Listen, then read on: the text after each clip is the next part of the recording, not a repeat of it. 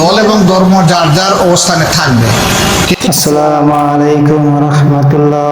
বাংলাদেশ জামাতে ইসলামীর আমির ডক্টর শফিকুর রহমান বললেন, কারো উপর প্রতিশোধ নেবেন না।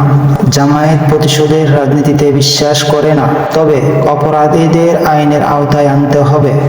মূলত আমাদের দেশে সংখ্যাগুরু বা সংখ্যালঘু ইস্যু হচ্ছে সমাজের শোষণ করার অন্যতম হাতিয়ার।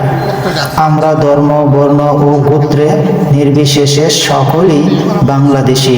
আমরা একই মায়ের সন্তান, তাই কোনোভাবেই সম্প্রতি নষ্ট করা চলবে না। সাদাকে সাদা আর কালোকে কালো বলতে হবে, আর কোনো ষড়যন্ত্রই সফল হতে দেওয়া যাবে না। মূলত ছাত্ররাই আগামীর বাংলাদেশ, তারাই আমাদের ভবিষ্যৎ। তাই শিক্ষার্থীদের কোনোভাবেই বিভ্রান্ত হওয়ার সুযোগ নেই।